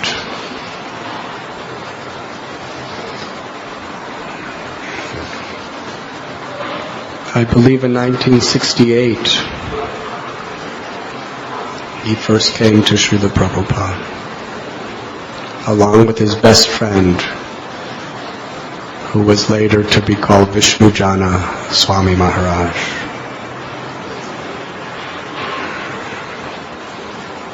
They came to San Francisco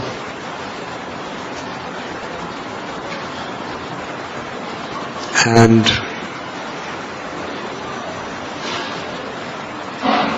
obviously a great saint from a previous life, he just immediately committed himself 100% to Srila Prabhupada and to Srila Prabhupada's mission.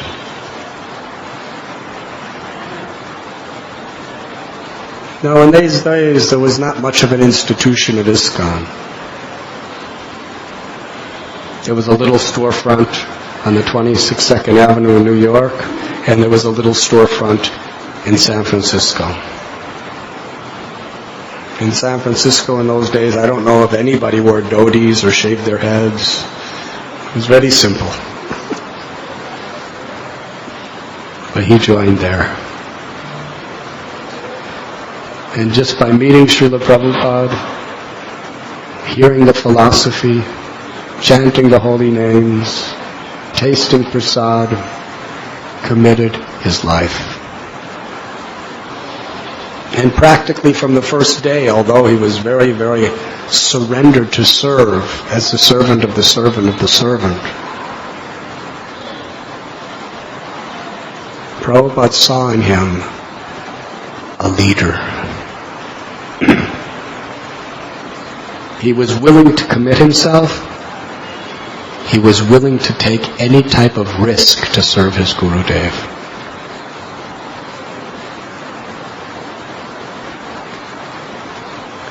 Srila Prabhupada would often say, nothing great can be done without taking risk. If you're not willing to take risk, you will remain mediocre at the best. Prabhupada took such immense risks. Getting on the Jaladuta with 7 rupees. Or 40 rupees. 40 rupees. Without knowing if anyone would even be there to receive him. At the age of 70. That was a risk. To stay in New York City, despite everybody telling him to go home, with no success, was a risk.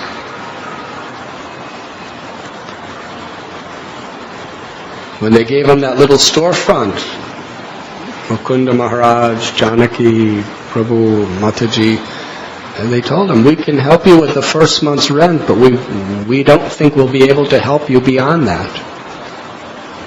He didn't know anybody. And yet he signed the contract, took the storefront in Manhattan. That was a risk.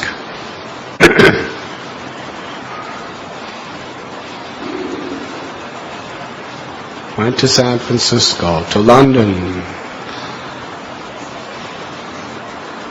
signed for the land in Bombay when he didn't even have any money. He just had a few. He signed the contract giving a tiny bit. He had to pay the rest by a certain date. He had no access, no means. He took risks. Hare Krishna. Well, there's early devotees, including Tamal Krishna Goswami. They just had such faith. And although Prabhupada's disciples were rapidly growing, more centers, more places, more and more people were joining, Srila Prabhupada had such trust in the commitment, the devotion, and the abilities of Tamal Krishna Goswami. Quite amazing. Devotees were doing Harinam Sankirtan. That was all ISKCON was in those early days. There was nothing else. There were no books to distribute, no magazines to distribute. Temples were little storefronts. They would just go out all day, practically every day, and just do Nam Sankirtan. You've heard about those days?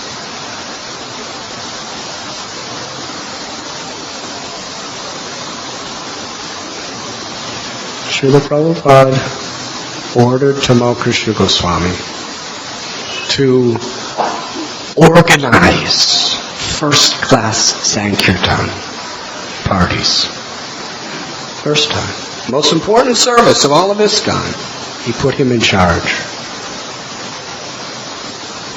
Where people were just, devotees were just going out, all scattered out, Hare Krishna, Hare Krishna. He actually organized them, had them dressed in a proper way, and had them playing the right rhythms and singing the right melodies and going to the right places. He actually organized and systematized Nam Sankirtan. And not only that, he propagated it, he inspired them, he encouraged them with such faith to go out every day, all day, and do Nam Sankirtan.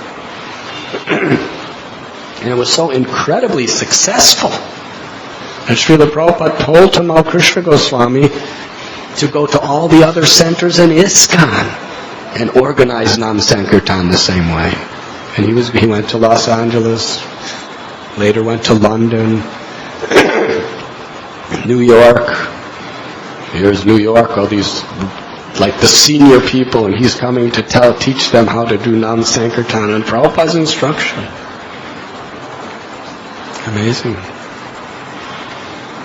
And then there was back to Godheads. Devotees were doing Nam Sankirtan and distributing back to Godheads. Well, he just took it so seriously, this distribution of back to Godhead. He was organizing, back to Godhead distribution. At that time, when it first came out, and even a couple years later, the distribution was practically nothing. Tamal Krishna Goswami was determined that he would organize thousands of back to Godheads to be distributed. He told Prabhupada, this is what I want to do for you. And he did it. He was distributing more back to Godheads than the whole rest of the movement put together under his inspiration. So Srila Prabhupada told him to go from center to center to inspire people and to train people how to distribute back to Godhead. And then sometime later, Prabhupada started just printing his books. And Srila Prabhupada had that faith and that trust in the determination, the commitment, and the enthusiasm of Tamal Krishna. At that time he was Grihastha, I believe. And he just systemized, organized, and inspired book distribution. Very much. In various parts of the world. Spearheaded.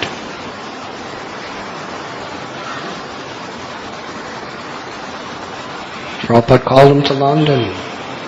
Called him to various centers in America. Nam Sankirtan, Back to Godhead, book distribution. Helped him organize the temples. Develop standards of cleanliness for the temples, deity worship. He was really like Prabhupada's right-hand man in so many ways. And then when Prabhupada came to India, that was the most difficult project. He called for some of his disciples to come. At the end of 1970 they arrived. They were having nice programs. Devotees were amazingly received by the people of India. But as far as organizing a movement here, anything the devotees tried to do, they were getting cheated. As far as any land, any money dealings, always getting cheated. And devotees were always getting sick. It was very, very difficult. And there was nothing. Srila Prabhupada called Tamal Krishna Goswami because he had such faith and trust in his commitment and his abilities and his allegiance to do things Prabhupada had great trust in Tamal Krishna Goswami's to do things exactly according to the Parampara way. And he put Tamal Krishna Maharaj in probably the most difficult service in ISKCON at that time, to be the GBC for all of India, when there was nothing here. Hare Krishna. And for several years he did it. Prabhupada really was very much in touch with him. Prabhupada more or less was like the GBC. But Tamal Krishna Goswami was his right hand. And there's that famous story where Tamal Krishna Goswami wanted to take sannyas. And there was a big controversy over him taking sannyas. And he was so determined. So determined. He just wanted to give his life, everything. No distractions from Prabhupada's service. Prabhupada gave him sannyas.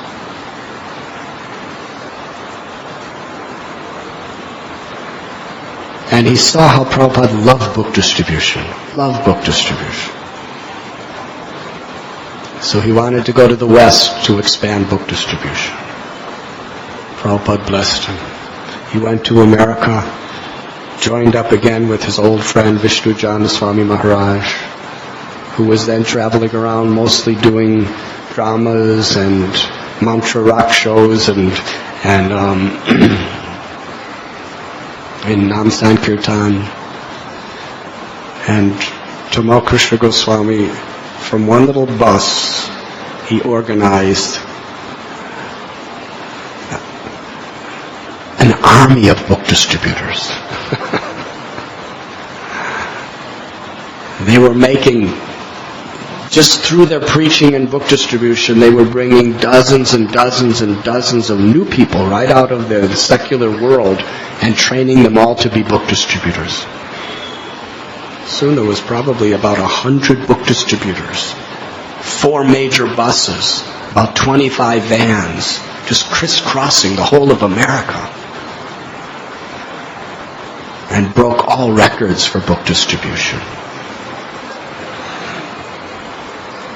It's amazing.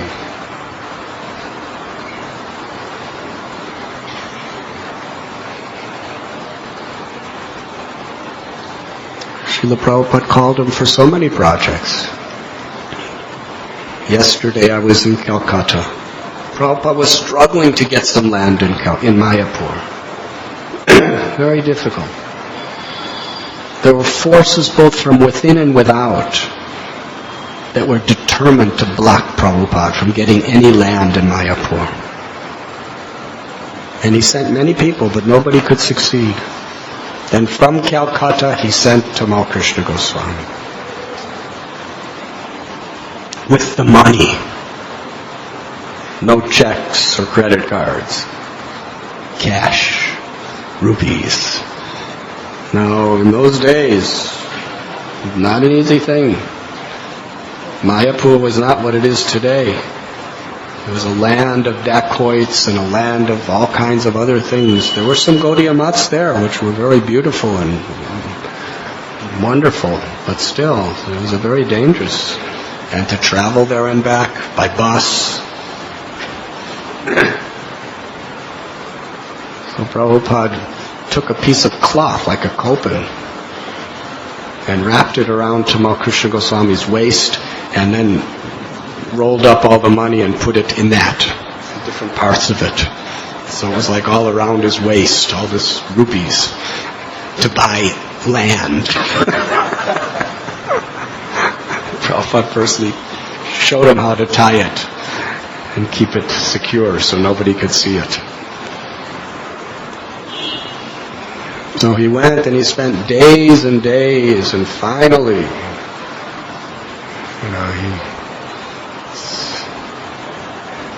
he convinced the people to sell him the land. And all those rupees, they were mostly in small notes, because Prabhupada didn't have big notes. He had to write down the serial number of every note in order for the transaction to be acceptable. He did it. He got the deed. It's impossible. And in the middle of the night he came back to Calcutta and he saw Prabhupada's light was still on. He was translating his books. And usually no one disturbed Prabhupada when he was translating his books. But Tamal Krishna Goswami knew how this would make Prabhupada happy. And he came into the room, offered his prostrated obeisances.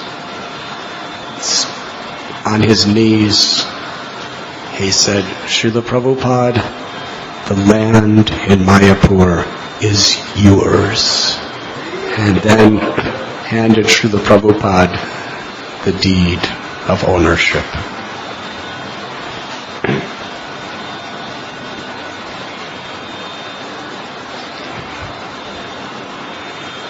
I don't remember the exact words, but I think Prabhupada said, I was waiting for you. Prabhupada was so very, very pleased. Very, very pleased. And longer than anyone else, he served as Prabhupada's personal secretary. And during Prabhupada's last year in this world, he especially had Tamal Krishna Goswami, his personal secretary, organizing everything around him until his departure.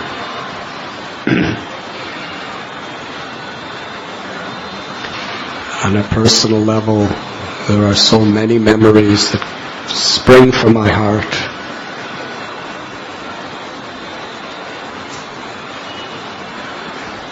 I remember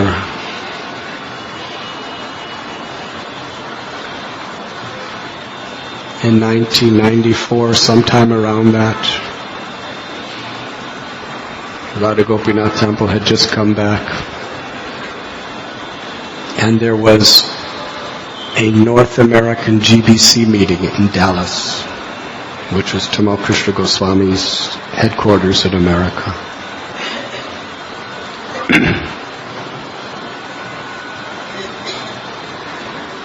There were dozens of sannyasis, probably a dozen GBCs, all temple presidents from every part of America, all the senior devotees, many from all over the world were there for this conference. He arranged everyone, their rooms, their accommodations. An amazing thing, he gave me a room right next to his. Not only next to his, but in his own quarters.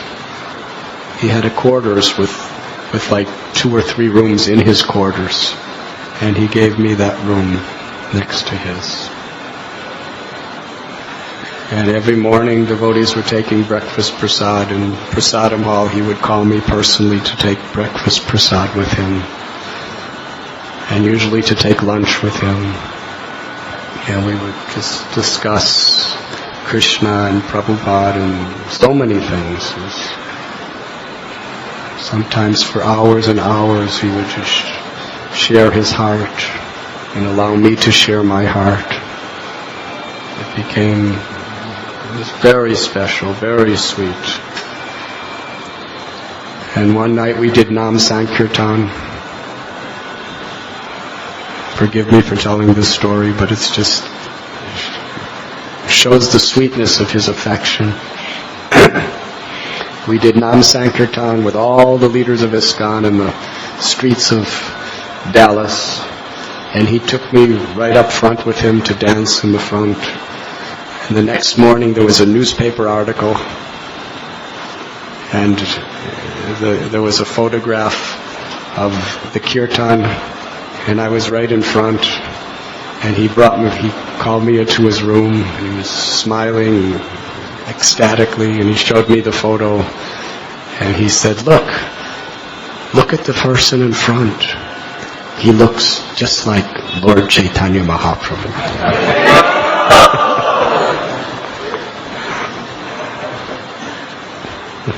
Always trying to encourage his godbrothers.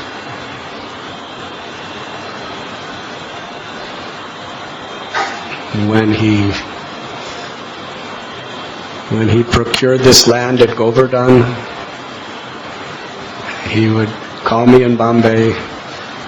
Said, are you busy now? I said, I'm very busy. I have this problem, and I have this program and that program and so many other programs arranged. Because in those days, most of you were not around in those days. But in those days, usually we gave class every morning, and we had a late night program 7 days a week. Do you remember Govinda Prabhu? Mahaprabhu, you remember? Every night of the week we'd have programs. And no program in Bombay is not late. Because nobody comes till late. And nobody lets you leave till later.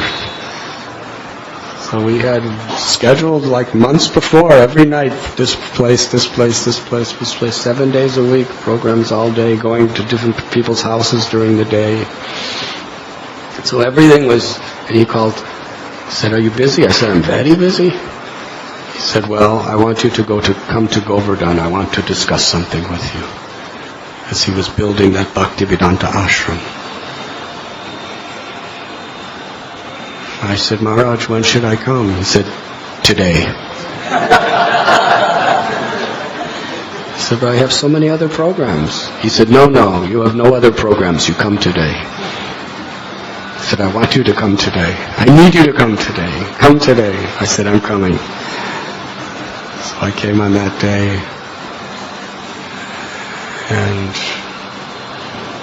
we did Govardhan Parikrama together. And then at night, sitting very, very high up in the roof till late at night, we were just discussing the glories of Govardhan together. It's very sweet.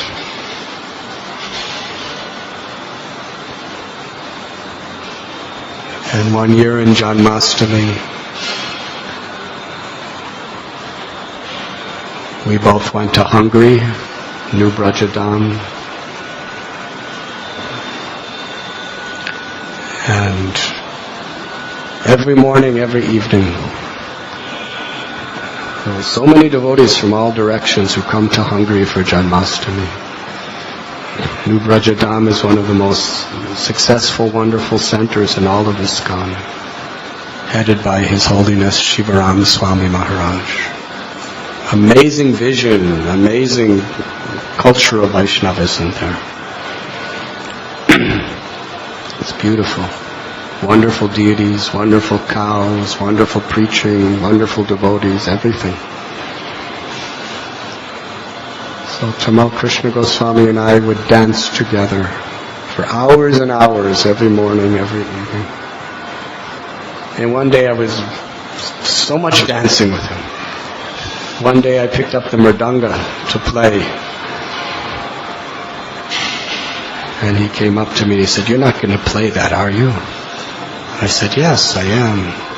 He took the mridanga out of my hands and took me by the hand and he said, "Will you dance with me?"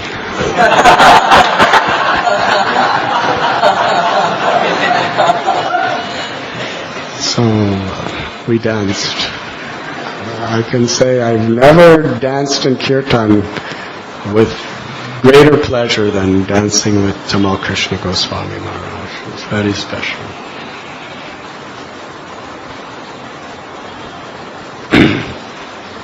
In fact, yesterday in Calcutta, one of his disciples said he has a video of us dancing together. So I never. And when he came to Mayapur, there was so much to be said. So many devotees were brought to this movement by him, directly by his amazing, powerful preaching. At a certain point, he was inspired to go to college, to establish Krishna consciousness in the academic circles.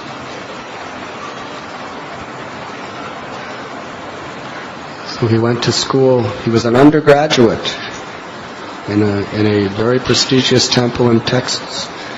And nothing like this. He's in his 50s. And he's going to school with, people who are 19, 20, 21, 22 years old. And he's sitting in the classes with them. And he was the #1 student in the entire college. #1 student. Whatever he did, he just did it. Like, perfectly. #1 student in the time. He was an undergraduate. And the college gave him an office amongst all the other professors. Unheard of. Did you ever hear anything like this? Undergraduate, they gave him an office where all the other professors had their offices. Yeah, undergraduate in academic conferences with the highest PhDs of America and the world, and the National Council of professors, whatever it is, academia. They were calling him to read his papers. He graduated very quickly, every year the #1 student in the entire college. Now usually when you're older it's harder to learn. That's why people go to college when they're young. He got a scholarship to Cambridge University, skipped over masters, went right to his PhD.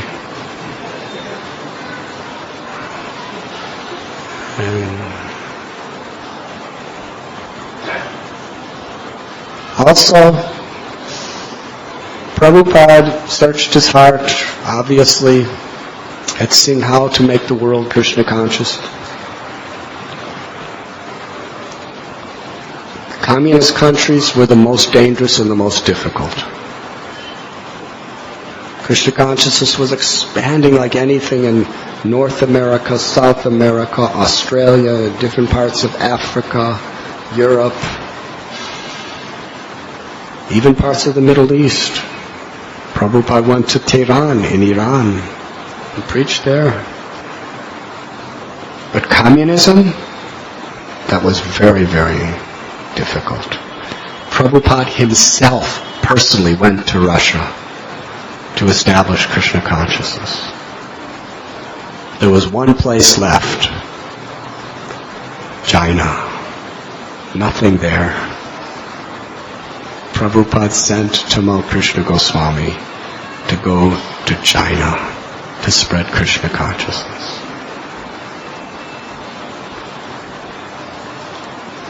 And he did. He established a foundation and made it grow.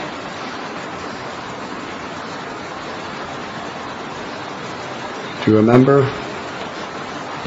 A few weeks ago, about 20 devotees from China came here to Radha Gopinath Temple. There was about 100 devotees from China in Mayapur not long back. There are thousands of people becoming Krishna consciousness in China. It's all underground. And most of the major preachers are the disciples of Tamal Krishna Goswami.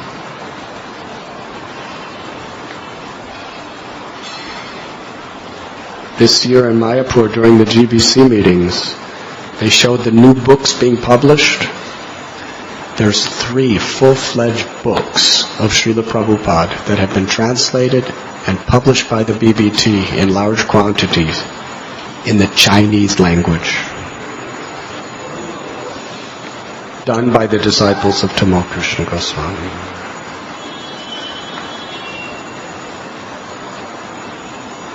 And in his last days in Sri Mayapur,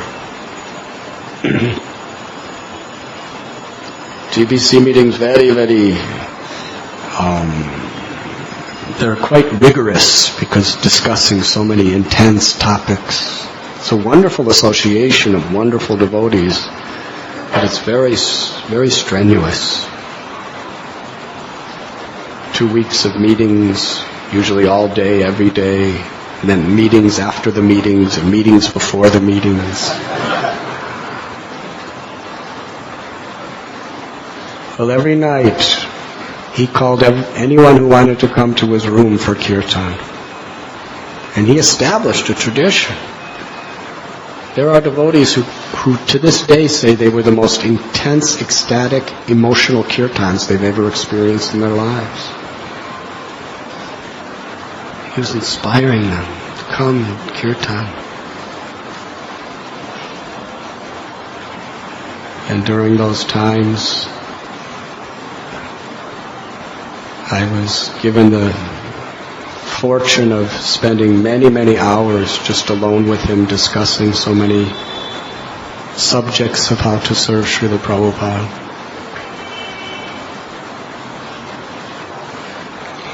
Sometimes we'd go to Ganga together in the afternoon to take bath.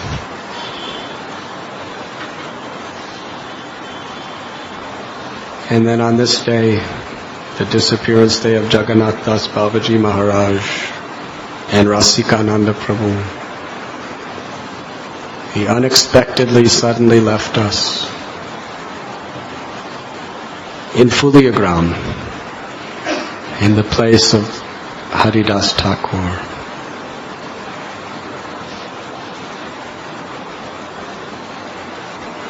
Srila Prabhupada, whenever there was some urgent, important project, Srila Prabhupada would usually call Tamal Krishna Goswami. So wherever Prabhupada is, there must have been some important project, because he called Tamal Krishna Goswami back to his personal loving service.